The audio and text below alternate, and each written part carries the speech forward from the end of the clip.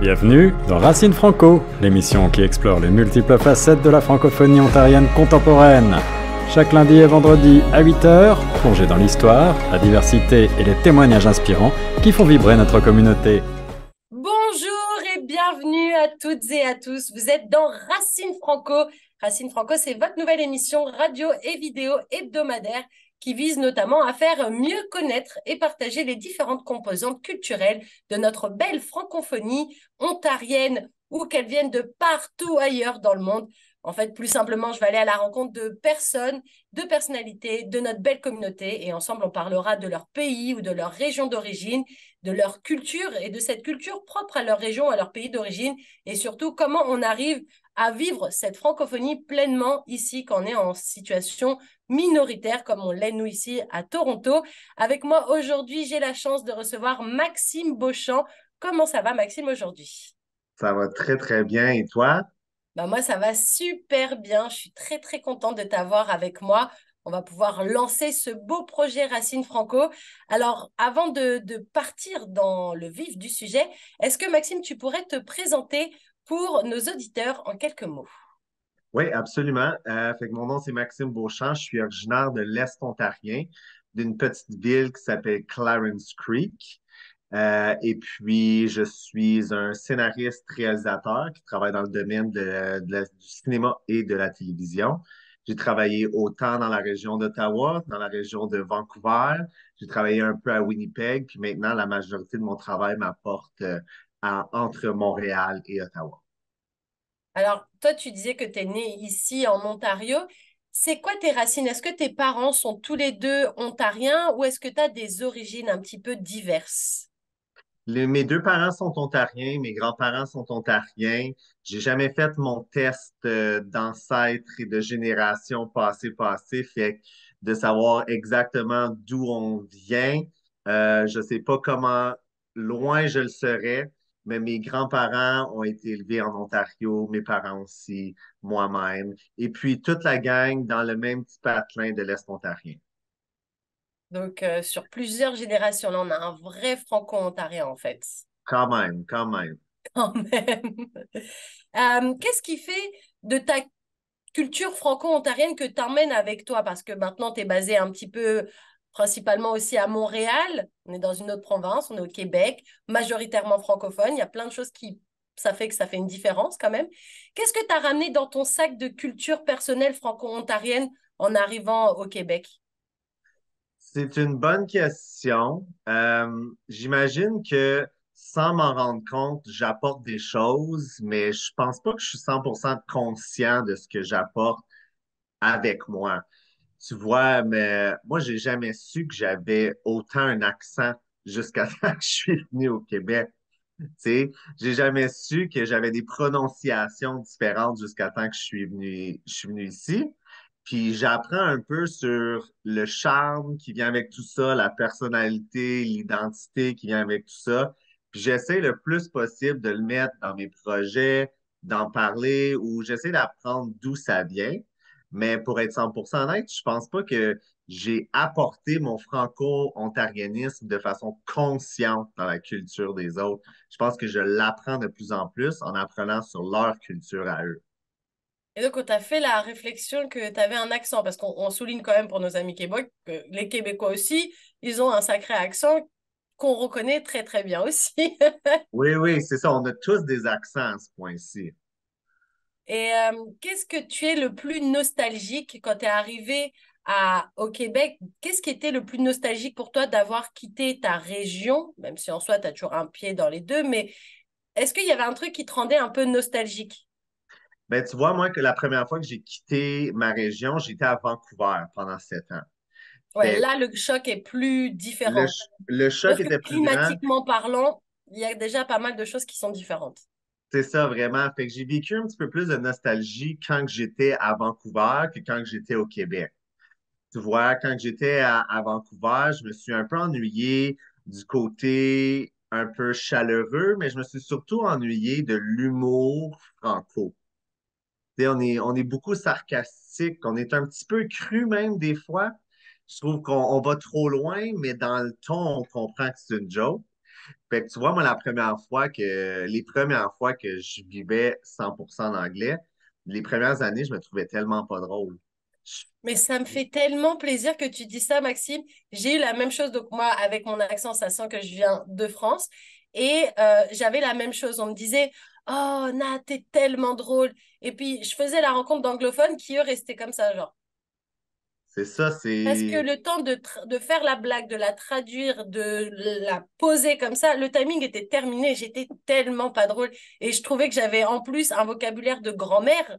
Donc, du Oui, coup, eux qui étaient très slang, très cool, moi, j'arrivais avec ma blague faite d'un point de vue grammaire et conjugaison parfait. Ils me regardaient genre, ouais, ouais, je peux comprendre le côté, on est beaucoup moins drôle. ouais, vraiment, vraiment. Fait que c'était ça qui me manquait beaucoup.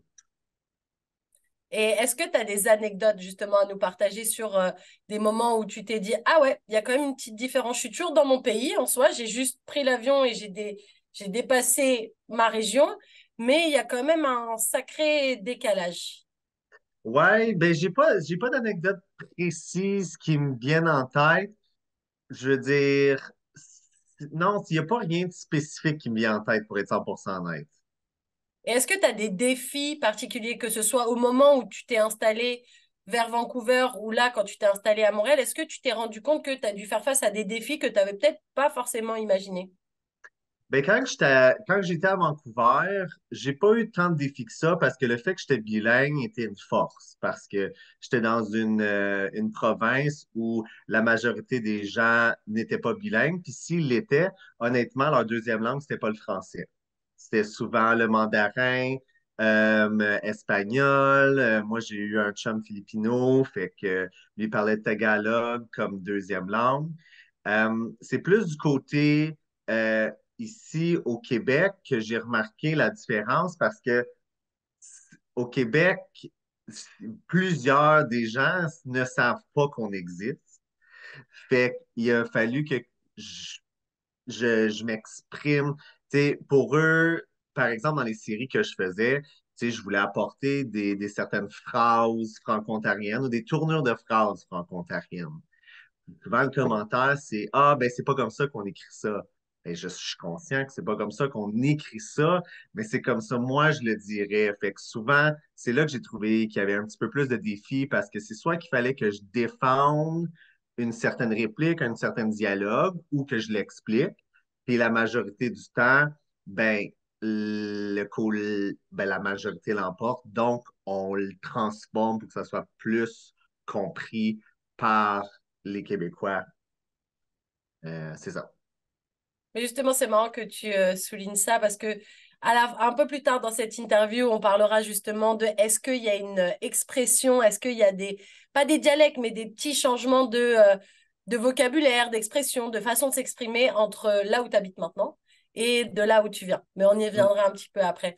Est-ce qu'il y a des organismes ou des programmes qui ont pu faciliter un petit peu ton, ton intégration, entre guillemets, quand tu es arrivé soit à Vancouver, soit à Montréal? Est-ce que tu t'es renseigné un petit peu pour, bah, que ce soit par rapport à ton métier ou que ce soit par rapport à des activités ou à des lobbies? Est-ce que tu t'es rapproché de certains organismes? Euh, oui, à Vancouver, moins. J'ai eu beaucoup de misère à trouver les organismes ou la communauté franco à Vancouver. J'ai trouvé ça un peu difficile, même dans mes projets artistiques, faire des pitchs à des institutions gouvernementales euh, du côté de la Colombie-Britannique ne reconnaissaient pas autant la valeur du français, je trouve. Fait que j'ai eu plus de difficultés à trouver des organismes de ce côté-là. Mais dans mon domaine, tu vois, il commence à y avoir beaucoup plus de financement pour des projets franco hors Québec. Fait que j'ai pu m'associer à, par exemple, la PFC, qui est un organisme de producteurs, au FRIC, qui est un organisme de réalisateurs hors Québec. Puis grâce à ces organismes-là, j'ai pu vraiment avoir des opportunités que j'aurais pas eues ailleurs, justement parce qu'ils offrent des programmes de mentorat, des programmes d'enseignement ou peu importe. Et toi, dans tes films, dans certains de tes cours, ou que ce soit des clips, on en a parlé aussi un petit peu hors antenne en préparant cette interview. Toi, tu mets beaucoup en avant aussi les questions de genre, la communauté LGBTQIA+. c'est important pour toi. Est-ce que justement, en bougeant un petit peu de ta région et de ton noyau, de ce que tu connaissais, tu as eu envie de te rapprocher de certains de ces organismes pour justement retrouver un peu des gens qui partagent tes idées, des gens qui vont être créatifs, qui vont aller dans ton sens et qui vont se dire, ouais, ce que tu fais, c'est génial. Et de ma vision à moi, ça l'est encore plus parce qu'on n'est pas forcément mis en avant comme on devrait l'être, ou à chaque fois qu'on l'est, c'est genre, oh, parlez-moi de la communauté gay. Et en fait, il y a plus que ça derrière, il y a tout un message, il y a plein de choses. Est-ce que justement, tu as eu besoin, tu as ressenti ce besoin de connecter avec ces communautés dans différentes régions, justement? Ben, j'ai pas ressenti, tu sais, quand j'ai commencé à connecter avec d'autres gens, je le faisais pas consciemment dans le but de j'ai besoin d'être plus proche de la communauté. C'est plus que dans mon patelin franco-ontarien, tu sais, c'est une petite ville de campagne entourée de d'autres petites villes de campagne. Fait que honnêtement, j'avais pas rencontré d'autres gens gays. J'en avais pas rencontré. Je n'avais peut-être vu un ou deux, mais on s'était pas jasé ou peu importe. Fait que quand j'étais à Vancouver, ben là, je commençais à rencontrer d'autres personnes homosexuelles. Je trouvais ça super intéressant. Là, j'apprenais beaucoup sur le reste de l'arc-en-ciel. C'est toutes les autres lettres, toutes les autres, la question du genre, je n'ai appris beaucoup. Fait que c'est plus le fait de sortir de ma petite ville, d'aller dans la grande ville. Ça m'a ouvert à plein de choses. C'est là que j'ai commencé à m'informer sur ma communauté, à en apprendre plus, mais j'avais jamais rencontré de gens LGBTQ+ en français. Fait que c'est juste du côté, quand je suis venu au Québec, que là, j'ai commencé à connecter avec la communauté franco-LGBTQ+, puis en apprendre plus sur toute cette question du genre, d'identité de genre, d'identité sexuelle, d'expression de genre. Et puis, encore plus, ben, le langage non genré. Le langage non genré en anglais, c'était beaucoup plus facile. On est beaucoup moins genré dans l'anglais. Le they, them est plus facile à utiliser. Les adjectifs sont plus faciles à utiliser parce qu'ils sont pas tous féminins, masculins. Mais du côté franco, là, j'ai eu un challenge vraiment, surtout que je travaille directement là-dedans. J'ai eu la chance de créer une série sur la transidentité, fait que de discuter, d'utiliser un vocabulaire non genré, c'est un challenge tous les jours, mais le plus qu'on s'entoure de gens qui connaissent ce langage-là, le mieux que c'est. Est-ce que justement le fait d'être dans un pays bilingue, c'est plus accepté parce que je remets mon truc de franco-française pour le coup. Nous, on n'a pas ce côté en France où on va dire, ouais, mais dans l'autre langue, ça passe. En Mhm. France, on va parler que le français. Il n'y a pas ce bilinguisme qui permet d'adoucir un petit peu certains trucs de, OK, bah, c'est vrai qu'en anglais, quand je le dis, c'est plus simple, mais du coup, en français, voilà.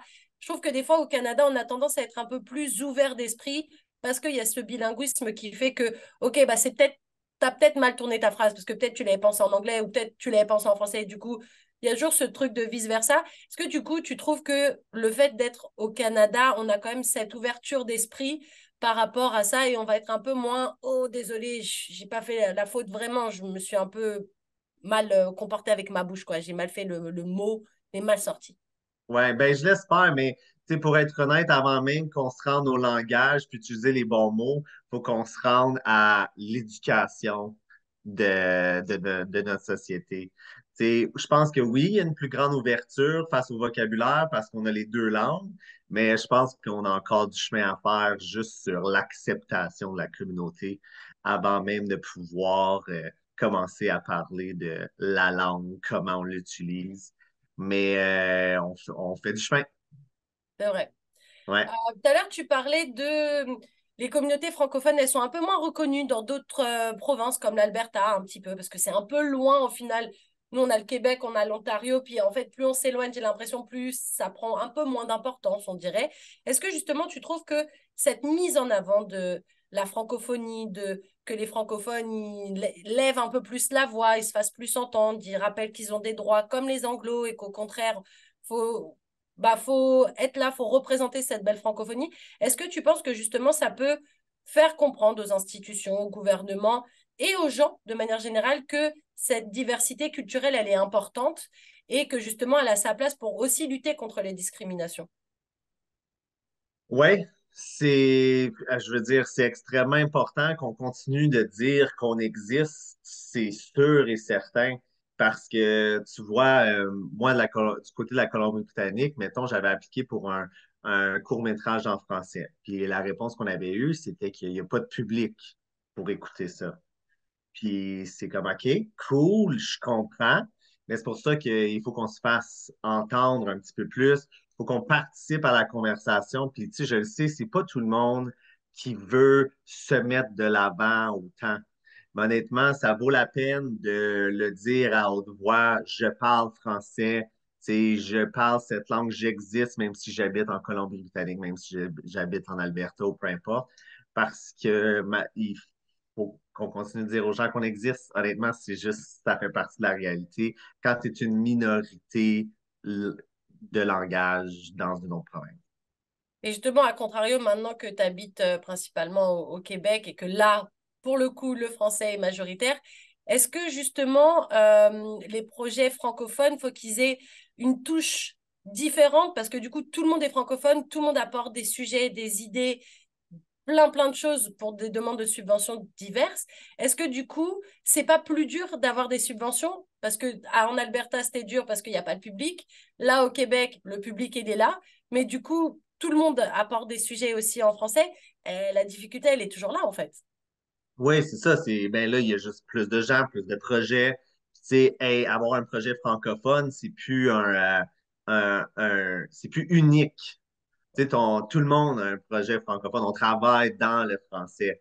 Fait que c'est sûr, il y a beaucoup plus de projets, mais en même temps, ça élève le niveau de la qualité. Tu sais, il y a plus de projets, donc on pousse notre créatif de plus en plus loin pour s'assurer que notre projet, soit meilleur que l'autre pour qu'il soit choisi ou peu importe. Fait que ça fait que la qualité augmente de plus en plus. Alors maintenant, on va faire un petit quiz, Maxime, si tu le veux bien. OK, Je vais te parfait. poser plein de questions par rapport à ta région, par rapport à pas mal de choses. Et on va s'amuser un petit peu avec tes réponses. OK, Alors, super. quel est ton film culte à toi? Francophone? Ouais, Francophone, mon film culte, moi, la première chose qui me vient en tête, c'est que quand j'étais jeune, j'écoutais les films de la courte échelle. ok. Et puis, j'ai beaucoup écouté Mademoiselle C. Ouais. Donc ça, c'est ton film culte. Ben, c'est sûr que j'ai le plus écouté, disons. Ok. Ouais. Quel est le plat typique de l'endroit d'où tu viens? Ipilaï, le plat typique de l'endroit où je viens. Écoute, moi, je viens d'une famille qui mange beaucoup de desserts. Fait que, tu sais, je sais pas si c'est un plat typique, mais on avait un gâteau frigidaire que ma mère aimait beaucoup, qui est comme des biscuits Graham avec du butterscotch, puis je pense comme de la vanille sur le top fait que moi, honnêtement, j'ai jamais été un fan, mais ceux qui Donc, t'en as l'aiment, mangé toute ton enfance, mais t'étais pas fan. moi, c'est ça, ceux qui l'aiment, ils l'aiment vraiment.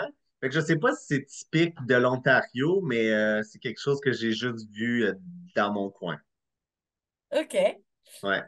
Quel est pour toi l'acteur ou l'actrice la plus connue, ou en tout cas la plus importante, significative de ta région à toi? Ah, moi, je suis vraiment pas bon avec les noms. Mais la troupe d'Improtéines, je le sais, ont beaucoup joué à la télé. Ils ont beaucoup été une représentation pour le franco-ontarianisme sur YouTube ou peu importe. Fait que ça a été un peu la référence, je dirais. Ok. Et une boisson, si tu devais dire une boisson qui est un peu typique, pareil, de ta région, de ton coin de pays à toi, ce serait quoi? Je pense pas qu'on a des boissons très uniques. J'ai pas de boissons qui me viennent en tête qui sont uniques à notre région. Je veux dire, si on boit, mon frère, il boit de la bière, c'est beaucoup dans le vin, la gang boit du vin rouge. C'est très ça. Ok. Le sport le plus pratiqué ou le plus typique, encore une fois, ça va être le mot, hein, typique, Oui, le absolument. sport le plus représentatif de ton coin? Ben, je te dirais que l'hiver, les gens jouent au hockey, puis l'été, on joue au soccer. La Ah, au majorité du soccer quand temps, même.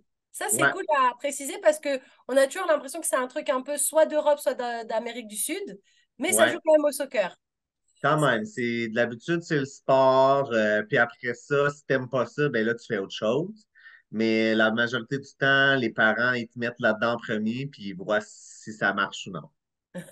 T'en as fait? Oui, j'ai fait les deux pendant plusieurs années. Et alors, t'es meilleur au hockey ou au soccer? Je sais pas, moi, tu vois, j'ai toujours, je pense que j'ai été quand même assez bon dans les deux. J'ai jamais voulu jouer compétitif parce que je voulais jamais avoir trois, quatre pratiques par semaine. Je suis comme, ben là, j'ai d'autres choses à faire. Fait que j'aimais ça jouer pour le plaisir, une à deux fois semaine. Ok. S'il y avait un endroit à faire visiter dans ton coin, ce serait quoi? Est-ce qu'il y a un petit endroit que toi t'affectionnes particulièrement et que tu trouves mignon et que pour toi c'est ça? Ou alors est-ce qu'il y a the place to be, pour parler du bon français, à aller voir et à être dans ton coin de pays à toi? Ben, je pense pas qu'il y a un endroit spécifique, mais je pense que dans ma ville de Clarence Creek, par exemple, moi, j'ai jamais été quelqu'un qui appréciait l'hiver, pour être honnête. Mais maintenant que comme je suis parti, je réalise que où j'étais, il y avait plusieurs activités d'hiver intéressantes. Maintenant, comme tu vois, je suis descendu chez nous, chez mes parents, la fin de semaine passée, puis il faisait beau, il faisait soleil, puis tout le monde, ils sortaient leur trailer, puis ils sortaient leur skidoo, puis ils allaient glisser, ils allaient à la pêche à la glace, il y a plein d'activités à faire l'hiver. Fait que ça, c'est quelque chose que je trouve qui est vraiment intéressant. En ville, personnellement, je trouve qu'il y a moins d'activités, tandis que dans mon petit patelin, écoute, s'il fait soleil dehors ou même s'il neige, il y a toujours quelque chose à faire. Est-ce que justement, toi qui n'aimes pas l'hiver, tu le subis pas trop parce qu'on sait que Montréal, c'est connu pour être bien froid, bien frette, comme on dit. Ouais. Ça va, tu n'es pas trop congelé? Non, non, non, c'est pas si pire. Je me maintiens. C'est sûr que j'aimerais ça aller au soleil au mois de février, briser l'hiver un petit peu, prendre la belle vitamine D, mais écoute, on est correct là. C'est quand même pas si pire comme hiver. Et est-ce qu'il y a une expression typique de vers chez toi ou une expression que tu as entendue encore et encore dans ta famille qui se perpétue de génération en génération, vu que toi, tu es franco-ontarien depuis de nombreuses générations déjà? Est-ce qu'il y a une expression un peu particulière? Il y en a pas une qui me vient en tête. Moi, je savais pas, par exemple, qu'on prononçait pas les que. J'ai réalisé ça dans la dernière année en écrivant où ce que tous les gens qui me corrigeaient rajoutaient les que parce que comme nous ou moi, je les enlevais, je les prononce pas. Genre, c'est quoi une phrase avec que, je peux même pas imaginer, là. Avec Euh, genre la la personne que j'aime, Ouais. je dirais juste la personne que j'aime. On skip les que, puis je savais pas que c'est quelque chose qu'on faisait. Et comment tu t'en es rendu compte, vu que toi, tu t'en étais jamais rendu compte? C'est quelqu'un qui me l'a dit. Il m'a dit, c'est la réalisatrice sur le dernier projet que j'ai travaillé. Ça s'appelle Femme. Marianne Farley, la réalisatrice. Puis c'est ça qu'elle me disait. Elle était comme, toi, tu dis pas les que. J'étais comme, qu'est-ce que tu veux dire? Je dis pas les que. Puis c'est de même, je l'ai appris. C'est tout. Celle-là, elle est très, très drôle, j'adore. Ouais. Euh, est-ce qu'il y a, alors ça c'est une question bizarre et cool à la fois, est-ce qu'il y a des stéréotypes sur les gens de ta région et pourquoi? Il y a des stéréotypes sur les gens de ma région. Euh, À part qu'ils disent pas que. ouais, c'est ça. C'est ça. Honnêtement, c'est des questions, c'est dur à dire parce que, tu vois, moi, vu que je viens de l'Est ontarien, moi, je suis à 30 minutes du Québec. Fait que je suis pas sûr qu'est-ce qui est une influence québécoise ou qu'est-ce qui est spécifiquement franco-ontarien. Tu sais, quelqu'un dans le nord de l'Ontario, je suis sûr qu'eux auraient des stéréotypes beaucoup plus typiques, puis parce qu'ils ont moins eu d'influence de l'extérieur, de ce que je comprends. Fait que, tu sais, je sais même pas c'est quoi. le stéréotype franco-ontarien? Tu sais, c'est quoi, mettons que tu parles aux gens qui ne le sont pas, c'est quoi qu'ils diraient d'un franco-ontarien? Je sais même pas c'est quoi le stéréotype. Probablement, c'est qu'on a un gros accent anglophone, qu'on mal prononce nos mots, peu importe. Puis, ben, mal prononcer nos mots, ça, je pense que c'est vrai. Mais je dirais qu'il y a peut-être un petit charme C'est ce dans que comment j'allais on dire, prononce exactement. certains Tu des m'enlèves mots. les mots de la bouche, Maxime, c'est ce que j'allais dire. J'allais dire, moi, au début, c'est vrai que ça me faisait tout drôle parce que j'avais l'impression que on parlait la même langue sur la base, mais qu'il y avait un mot sur deux où j'étais là, non, ça c'est de Ouais, l'anglais traduit tout de suite, ça ne se dit pas, on a un autre vrai mot en français pour ça. Et en fait, maintenant que, bon, ça fait un petit bout que je suis là, j'ai tendance à trouver ça mignon en fait. Et je très trouve que cool. ça me déculpabilise quand moi, j'ai tendance à faire ça aussi maintenant, de traduire des mots de l'anglais et de le mettre en français dans ma phrase, comme si, et comme personne ne va jamais me reprendre parce que tout le monde a compris autour de moi, c'est plus quand je rentre en France qu'on me dit, mais ça veut rien dire ça. Parce que nous, on a tendance à pointer du doigt comme on se croit au-dessus de tout le monde. Mais je trouve qu'ici, il y a plus cette ouverture d'esprit, on en revient à ça, de, bah, en fait, vu qu'on parle forcément un peu les deux langues tout le temps, bah, des fois, ça se confuse, ça se mélange. Et puis, bah, t'en dis un, t'en dis l'autre. Bah, tant que ta phrase, elle a vraiment du sens, je vais pas t'arrêter parce que j'ai compris, en fait. C'est ça, tu sais, non, c'est très vrai. Puis c'est le fun à l'entendre de ta voix aussi parce que c'est ça, là, j'en apprends plus sur nos stéréotypes. Mais oui, on a beaucoup été élevés, en tout cas moi. Tant pis que tu comprends ce que je te dis, comment je le dis, comment je me rends, c'est un peu moins important pour être honnête. Tu as compris, tu le sais, mon feeling, mon ton. J'ai pas utilisé le mot exact, mais tu sais exactement où je m'en vais. Tu sais, c'était peut-être un petit peu plus comme ça. Alors, entre ton endroit, Clarence Creek, et Ouais. Toronto, est-ce que tu sais combien il y a d'heures de conduite? Parce que je pense Il y qu'on a, vole pas de là-bas à Toronto. ouais, il y a 5 heures de conduite à peu près. Ah ouais, quand même. Ouais. C'est quand même Oh, assez. C'est là où on se rend compte que le Canada, c'est très étendu, c'est très grand parce qu'on peut être dans la même région, la même province et être à des heures l'un de tellement. l'autre. Tellement. Tu sais, je le sais qu'il y a une grande communauté franco-ontarienne dans le nord, Sudbury, Thunder Bay, tout ça. Tu vois, pour nous, c'est 6 heures de route. Fait que c'est vraiment une communauté complètement eux, là. Tu sais, j'ai pas connu plusieurs gens de Sudbury qui parlaient francophone, puis comment qu'ils parlent, tout ça. Mais tu vois, moi, Clarence Creek, tu vois, je suis juste ici, puis là, on est à 45 minutes d'Ottawa, on est à 1 heure et quart de Montréal, puis si on va plus loin, ben là, tu vois, on est à 5 heures de Toronto. Et c'est justement ça qui est beau de se dire que quand bien même on est à des heures d'autres communautés francophones, on va dire reconnues et bien installées, comme à Sudbury par exemple, il y a Hearst aussi où ils sont beaucoup, mais au final on est très loin. Et au final, c'est cette francophonie qui nous raccroche tous parce que quand bien même on va sonner un peu différent parce qu'on a des accents un peu plus prononcés, où on ne dit pas que, où on dit plein d'expressions un peu différentes, cette francophonie, au fait, c'est comme un noyau, Ouais, qu'il arrive. absolument. Puis tu vois, moi, j'ai été vraiment chanceux. J'ai travaillé avec une compagnie de production de Winnipeg qui est franco-manitobaine. Puis tu vois, eux m'en ont beaucoup appris sur leur origine du français. Ils me parlaient que leur origine du français vient de leur côté métis. Tu sais, métis ou métis? Moi, j'aurais tendance à dire métis. OK, parfait. Fait que tu vois, leur côté franco vient du côté métis. Puis moi, je suis quatrième génération métisse du côté de ma mère.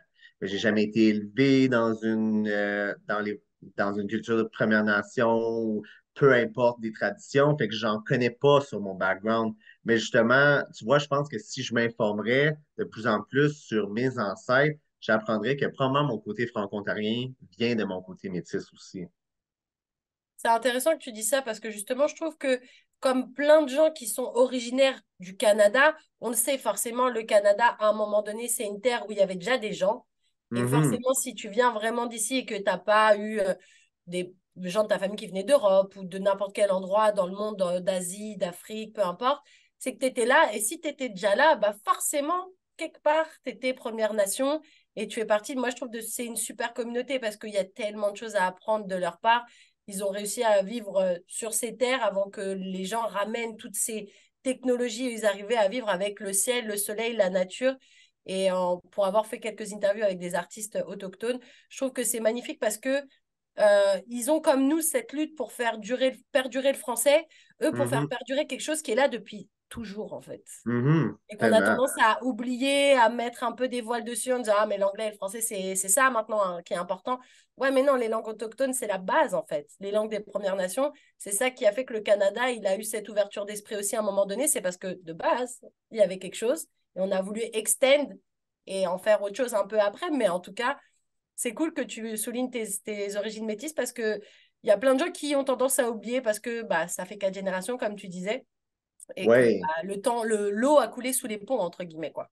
Ben oui, puis j'aimerais ça pouvoir en parler plus et m'identifier comme quelqu'un de métis, mais pour le faire, j'ai besoin d'aller m'informer sur qu'est-ce que ça veut dire, tu sais, qui je suis, d'où je viens, puis après ça, ben encore une fois, montrer qu'on existe. Est-ce que l'hymne des Franco-Ontariens, il est important pour toi? Est-ce que déjà tu sais quand est-ce que c'est la journée des Franco-Ontariens? Oui, c'est le 25 septembre. Tu Yeah! vois, nous, on le célébrait à l'école, c'était extrêmement important, là. C'était une journée très importante. On en faisait une fête. Nous, au secondaire, on faisait ce qu'on appelle un tintamarre, où tous les élèves allaient marcher dans les rues de Rockland, qui était où était l'école, puis on faisait du bruit. C'était juste pour, dans le fond, une représentation de notre langue, pour dire on existe, on est là, on fait du bruit. Fait que, ouais, ça a toujours été quand même une date qui était importante. Et est-ce que tu connais un petit peu l'hymne des Franco-Ontariens?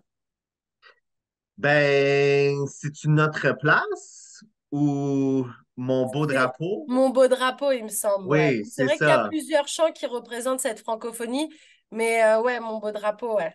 Ouais, ouais, ouais, ouais. Fait que, oui, ben, je sais pas si je pourrais les réciter encore, mais le refrain, probablement, ça, c'est sûr.